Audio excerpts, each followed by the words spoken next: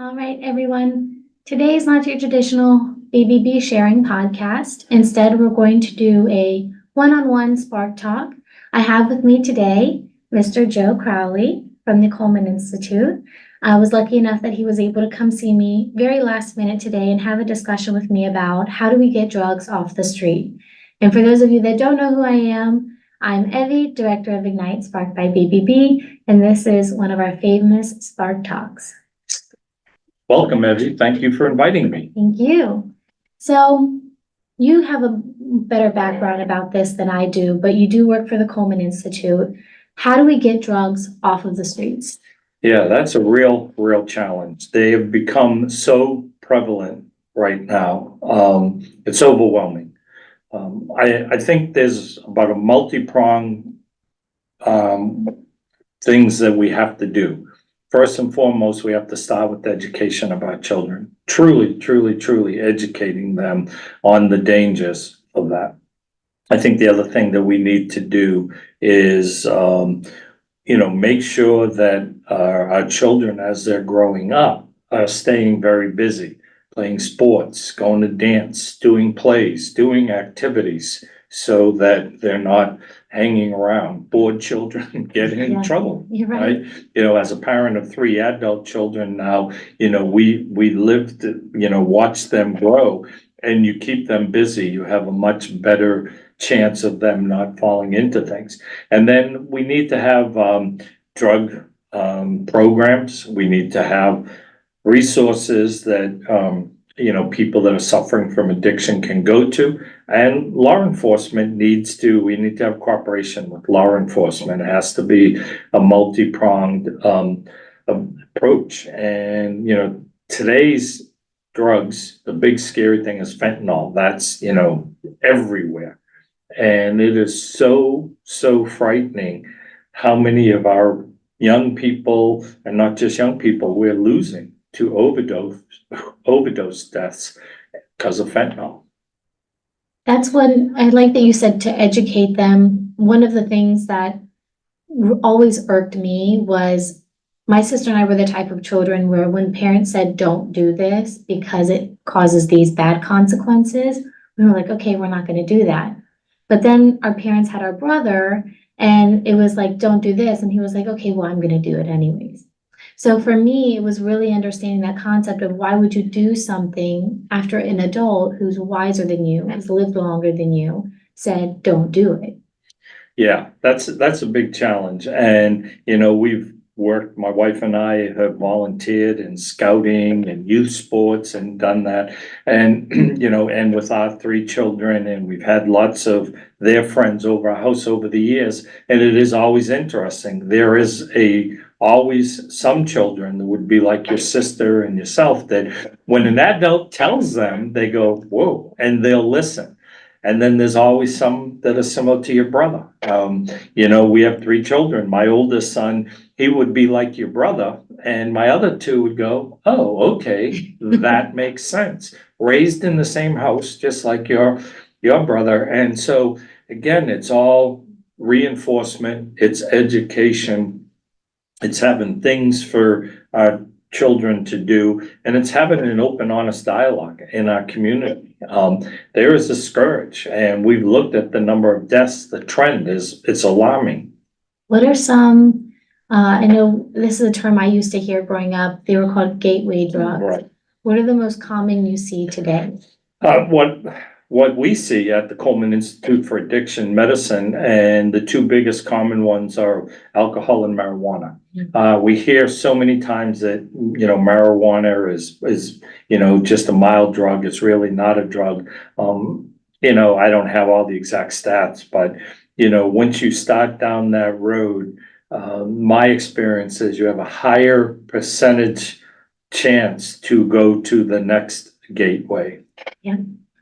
That's what I know. I hear that very often. Actually, people would be like, oh, I smoked a blunt before class when I was in college. And I was like, class is not that stressful that I feel like you need to smoke marijuana before you come in. It's a regular thing. I mean, if you're stressed out, maybe talk to the professor about it. I kind of getting anxiety.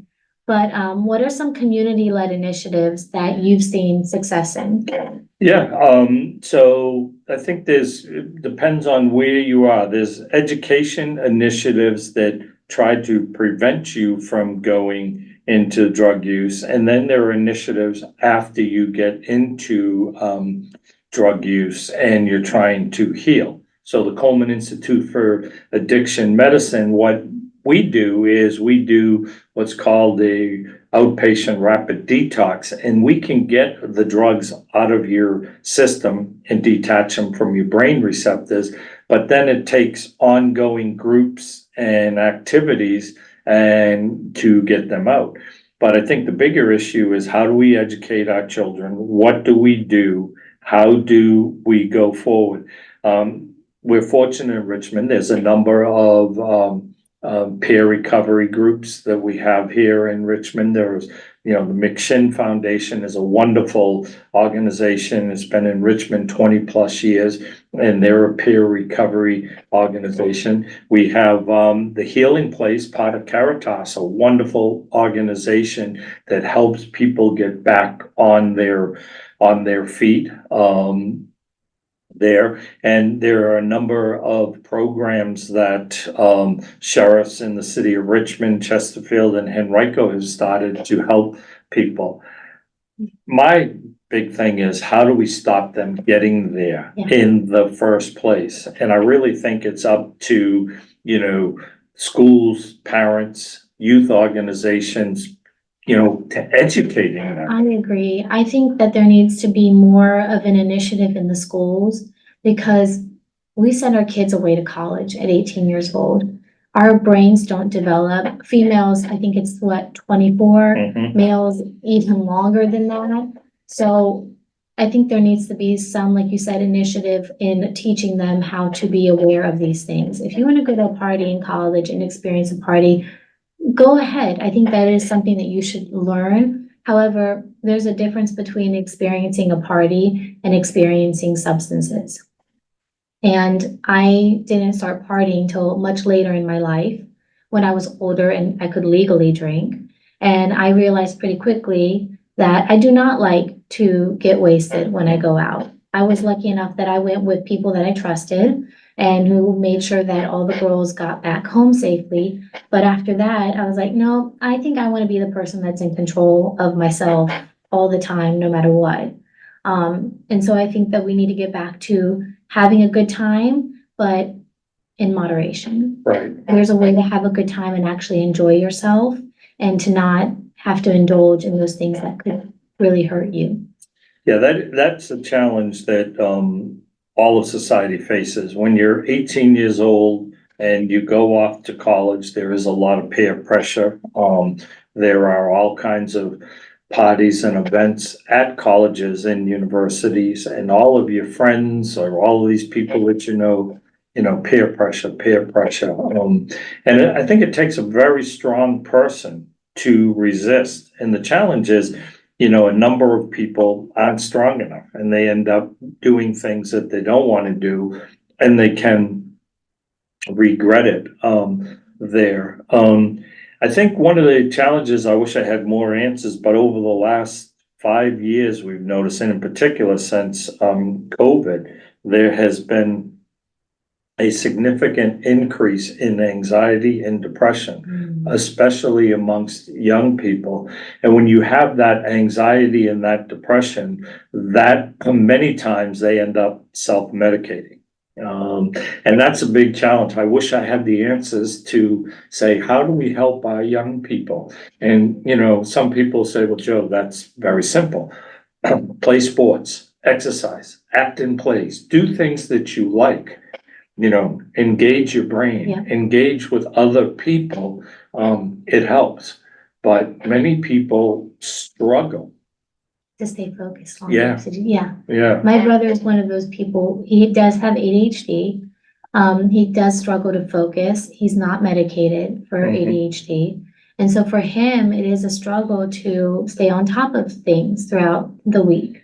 And he gets frustrated very easily. And he thinks to himself, why I want to go to the gym, but then I want to sleep because I work long hours and I don't feel like I'm getting enough sleep in. and then I don't have energy when I'm at work. But I also have to play with our puppy. So I think he gets overwhelmed with so much going on that he can't fit in the important things that he needs to prioritize. Like, if he's gonna play with the pup, maybe he should go for a run with him. Or go spend an hour at the gym. Do an activity where other dog moms and dads are actually going out and playing sports with their dogs. I Yeah, didn't know that was a thing, but it is a thing. And it looks like a lot of fun. But it's definitely something that you need to discipline yourself on. yeah, it's interesting. I'm a big bookaholic, and those of you that see me on LinkedIn, my wife and I, Leslie, post a new book every week. We're on year 4. We're approaching close to I 200 added the books. last one that you posted to my read list. Well, good. I'm glad you're enjoying that. But a couple years back, I discovered this book, and it's called The Art of Happiness by Sean Achor, was a psychology professor at Harvard. He's now an author and a speaker. And he talks about how important, when he first got to Harvard, he didn't think he'd get accepted. He applied just for the heck of it, and he got accepted. He was from Texas. He goes, I'm from a little town in Texas, and I get accepted. And when he got out there, he was trying to figure out what to major. And everybody, when they think a lot of times about getting a degree in psychology, they think about, studying various illnesses, people with depression, people with, schizophrenia, people with all of this. And there was a professor at Harvard that was creating a department of positive psychology. And it really resonated with him. And so he ended up majoring in psychology, and then became a graduate teaching assistant. Then he became a lecturer at Harvard. And he talks about, there's so many little things we can do each and every day to keep that positivity. Yeah. We think we can't do it, but we can. And he said, like simple things. It's a great book. I'd highly recommend it. But he said, there's 7 little simple things we can do. I have a podcast called Love in the Little Things. Yeah, And it is positive thinking. Yeah. And I talk about it all the time. If you're stuck in this negative energy and all the things that are going wrong in your life and nothing's going right, how do you think you're gonna start obtaining positive energy? No, you're gonna continue sitting under that dark, rainy cloud right. because you're not walking away from it. Yep. Yeah, and he talks, simple thing. Okay, what's one of the best things? Exercise. You don't have to go to the gym. You don't have to run a marathon. Go for a walk in sunshine, right? If you have a dog, walk your dog, as you say. He said, take away, he wrote the book right around COVID starting, when people were locked down. Put happy posters on your wall, little things like that. Do little things there. Hold the door for someone. Buy the person in line behind you a cup of coffee. Just little things like that. And they all can add up. And he's got 7 of them there. And he said the interesting thing too is, for many years, people got into collecting things. Mm-hmm. And he said, we have shown that collecting things is only a temporary, fix for you and there. Because as soon as you collect one thing, you have to go to the next thing, and you have to go to the next thing. And his recommendation is focus on experiences, and they don't have to be expensive. They don't have to be these exotic vacations. They don't have to do that. Go for a cup of coffee with a friend. Go walk the beach with a friend, little things. That brings me back to, I know that the reason why some people, when I was growing up, the reason why they said some people would get addicted to drugs was because they went through very difficult times, and that was their way of coping. But there's also things like, we talked to Dr. Wally Smith, who specializes in sickle cell disease at VCU, and he says, well, they get addicted because they're always on pain medicine, because they're in unimaginable pain constantly. So nowadays, why, since we know so much about being addicted to drugs, and aside from the fact that the people that have sickle cell and any other condition that causes them chronic pain, why do they get addicted to drugs when they know it doesn't actually last that momentary happiness? Yeah, I think, most humans go, well, it won't happen to me. I won't get addicted. I can handle it. And you get caught up in before you know it. The Oxycontin crisis that started in the early 2000s, we're still feeling the effects of that. The good news is through education, many doctors severely limit the amount of pain medicines that they're prescribing. I didn't realize till I went to work for the Coleman Institute of Addiction Medicine that taking a prescription pain pill, even at the very reduced dosage that a doctor may prescribe, it's very easy to become addicted to it. Yeah, I think because some people have addictive tendencies and Yeah, and it doesn't take long. So, and I always come back to, do little things. Do little things, do positive things as we go back to that. Hold the door for somebody, right? Call up a friend, ask them how they're doing. Have a good little conversation. Go for a cup of coffee. I love meeting people for coffee. I'm constantly meeting people around town, places for coffee. Learn about other people. We can learn so much. The amazing thing about our country is we have so many different cultures that have come to this country. Learn a little bit more about, someone else and go, wow, that's really interesting. And, that can make the difference. We focus so much on history. We might as well learn about everybody else's history. We are the melting pot. Right. There, like you said, so many cultures here. And why not take the time to learn about somebody's culture? We're sitting here pointing fingers at each other and blaming each other for why our life isn't going the way we want it to. It's that victim mentality that puts you in the position you're in to begin with. Right. It's easy to get into the victim mentality and it's hard to get out of the victim mentality. I consider myself very blessed, very fortunate. My father and grandfather were both very positive people. And I understand there'll be some experts that say, oh, it's not as simple as that. And, but they believed in being positive, and they also believed in, I'm gonna get knocked down, but I'm gonna get back up and we'll do something. So I've created my little mantra. I spent many years doing leadership coaching, career coaching of young professionals, and I think it's really important. And I started with it being OMA, O-M-A, and then I added D. And I used to tell my clients, if you want to be successful and you want to do things, I'm not telling you what to do, where to go. I never tell my clients that. I ask questions.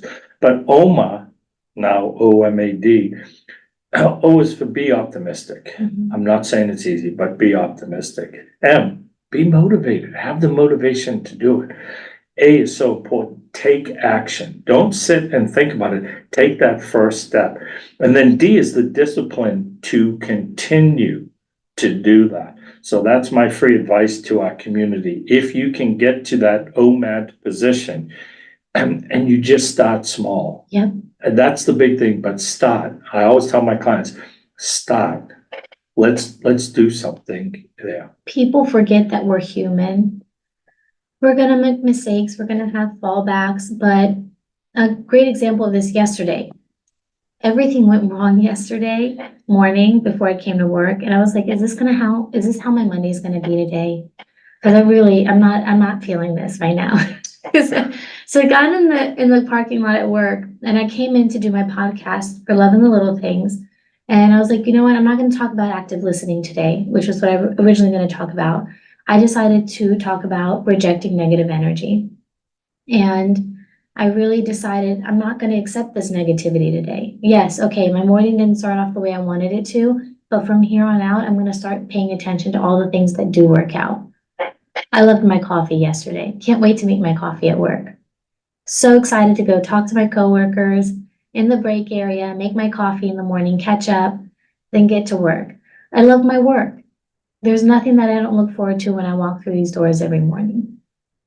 Yeah, simple so many things to look forward to. I completely forgot about yesterday morning. Yeah. Completely. Simple things. Simple things. And I'm a big believer, and I have been for decades, about positive energy versus negative energy. And, years ago, when I was at, a much lower level of my career, I was a marketing manager and, reporting to a VP of sales and marketing. And this guy wanted to do root cause analysis of every single thing we did, and he was constantly looking back. And if we missed even a tiny project, okay, team meeting, root cause analysis. And I had this whole marketing team reporting to me, and I went into him in a very polite, professional way because he was the vice president. And I said, negative energy. Negative energy. That's all you're bringing to the team. They're looking over their shoulders because you want to analyze and look back on everything. We have a lot of good things going on in this business, this team. Let's look What's forward. not going right. Yeah. And so he looked at me, goes, negative energy, huh? Negative energy. Yeah, and he didn't think about that. And I go, can we please give this a rest and focus on everything that we do correctly? So how do we get all that negativity that comes from even trying a drug to begin with, like peer pressure, like having gone through some sort of trauma at a young age or even in adulthood, having lost somebody that we love? How do we get people to focus more on generating positivity in their life? Because I'm a true believer that when you're building up positivity in your life, you don't rely on other things to bring you immediate happiness or immediate satisfaction. Yeah, that's the big challenge. How do we become happy with ourselves? Because so many of us are unhappy and we do that. But I think there was a lot of support groups. I think, you have big brothers and big sisters, you have, youth sports, you have soccer, and I keep coming back to that. But find something that you like to do where positive people are around. Find something, whether they're adults, college students, when they're younger, that are going to support you when because things are going to go wrong. Yeah. We know that, right? That's life. Yeah. So the question is, how do we react to them? There. And, don't let other people define you. And I think that's a big challenge that many of us face, that we're so afraid of what others are going to think about us. And we're so afraid about others. And I always just tell my clients, don't let the other people define you. You know your worth. Yeah. You know your worth. Believe. Everybody, and I've said this time and time again, you can be the ripest peach on the peach tree, and there's somebody out there that hates peaches no matter what. Yeah. So why are you gonna waste the minimal time you have on this earth trying to make everybody happy? Yeah. And that's coming from, I'm a people pleaser like me. Right. I finally decided, you know what? Either you like who I am or you don't. And if you don't, best of luck to you. I hope you find somebody or a group of people that you do vibe with, I'm not gonna change who I am. Yeah, you can't please everybody. It's so great. People that know me besides books know I'm a big music fan. And Ricky Nelson from the Nelsons, a big star of the, 50s and early 60s, but he wanted to be a rock and roll singer. And he went to a revival concert in the early 70s at Madison Square Garden, and it didn't go well. He didn't look like 50s Ricky Nelson. He had long hair, he had a beard, he was doing country songs, and he got in this big, the crowd was booing him, and he walked off the stage. And he wrote this fabulous song, and it's called Went to a Garden Party. It's called Garden Party. And the chorus is, you can't please everyone, so you've got to please yourself. Yeah. And he talked about that, about how he went up there, and no matter what he did, the crowd just wasn't buying it. And guess what? I believe it was a #1 hit. If not, it was a #3 hit. It was one of his biggest selling songs ever. Oh, really? About a disastrous time. See, that's what people, I feel like they focus on. Oh, my grades aren't good in school. I have pressure from my parents to go to a good university. If you know college isn't for you, don't go to college. Right. Go to a trade school, learn a trade. They have them for all sorts of things now. Right. Specialize in one thing that you do well, that you love doing. Right. There's always, people think there's one path in life. There is not one path. There are roads that are as many branches as there are in a tree. Exactly. That's a great way to put it. We're very fortunate in this area. A lot of the Henrico County has a fabulous career and technical education program. Chesterfield County has a fabulous program. Richmond City has a career and technical. Mike Rowe of Mike Rowe Works. I would highly encourage young people to go to his website. And he talks about things very similar to that, where maybe college isn't right for you. What are some of the great careers? What are some of the things that you can do there? And so again, I always come back to don't let other people define you. Yeah. I think that's the biggest problem is, we get stuck in this mindset of making sure that we're liked by everybody, wallowing in self-pity, victimizing ourselves, and honestly, making excuses for our own poor actions. Don't do it anymore. I know it's easier said than done, but I think if we start embracing these things, being more aware of them, especially to young people, we can start making an actual difference. We focus so much on the negative side of things. Our parents are going to judge us. Our family's going to judge us. Right. Get the help that you need. Exactly. Because they Get help. love you more. They would rather deal with a slight little bit of disappointment and see you alive and live a long, healthy life than have to put you 6 feet under. Oh, so well said. As a parent myself, and we've been through it, and that's I've had friends that have had to bury their children, and I don't know how you ever come back from that. You You know, don't. you don't. And so, and then we as humans, we let these things build up, and we let them build up, and we're trying to do all of this other stuff. And again, I keep coming back is, what is your path? What is your path? And when we're young, we don't know. So try things. Yeah. Explore. All right. See what it is. You might be good at this, you might not be good at that. And I think the challenge that we face is the younger generation today with the information overload. They're bombarded with information, and they see so many, quote, successful people or big stars, whatever it is, whether they're an internet influencer, whether they're a singer, whether they're an actor, actress, whatever it is. But what they don't see is what they had to do to get there. Yeah. And how many different failures that they went through. And they were endless. Yeah. Yeah. I was watching, I forget her name, but it was the actress from Game of Thrones. And she said, the interviewer had asked her, what's some advice that you have for aspiring actors and actresses out there? And she said, you really need to love this job in order to do it. Like you have to 100% love this job, because you are going to get knocked down time and time again. It is going to nearly break your character. It's going to nearly break you as a person. You have to love it wholeheartedly, no matter what. Yeah. That's a very powerful statement. It is. Yeah. And then you got to make the commitment and be disciplined and do it, and just accept the fact you're going to get knocked down. Get back up. You're going to get knocked down. And there's story after story of a successful actor, actress that got rejected for so many parts. Oh, yeah. And then and then out of there. One of the big things, being a music fan, in the early 60s, every major record label rejected the Beatles. Every single one. And there's actually a famous note that the president of one label said, guitar bands are dying. And that was in the rejection letter to the Beatles. And look what happened. And they changed the world.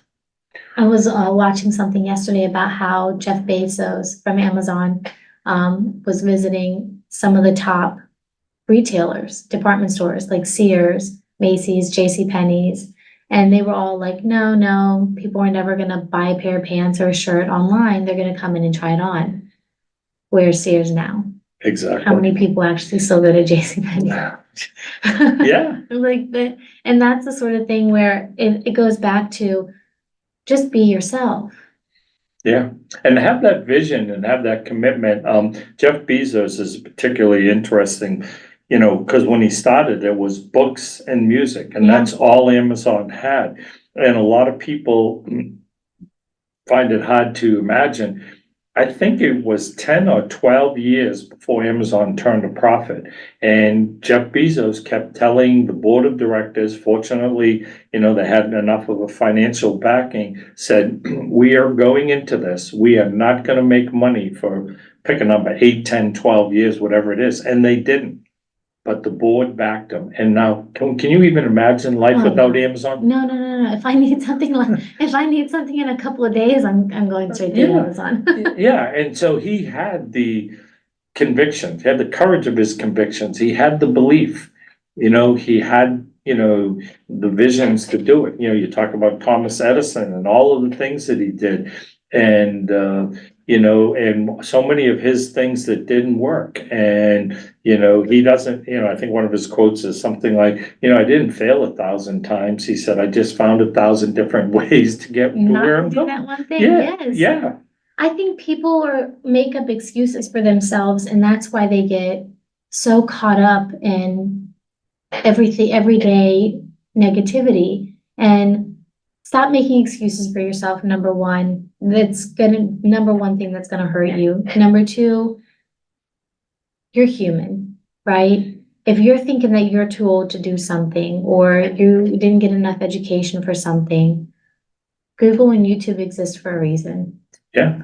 And Coursera, I forget how you pronounce it, but they have free options A lot of to them. get certifications and things. There's always a will if there's a way. Yeah.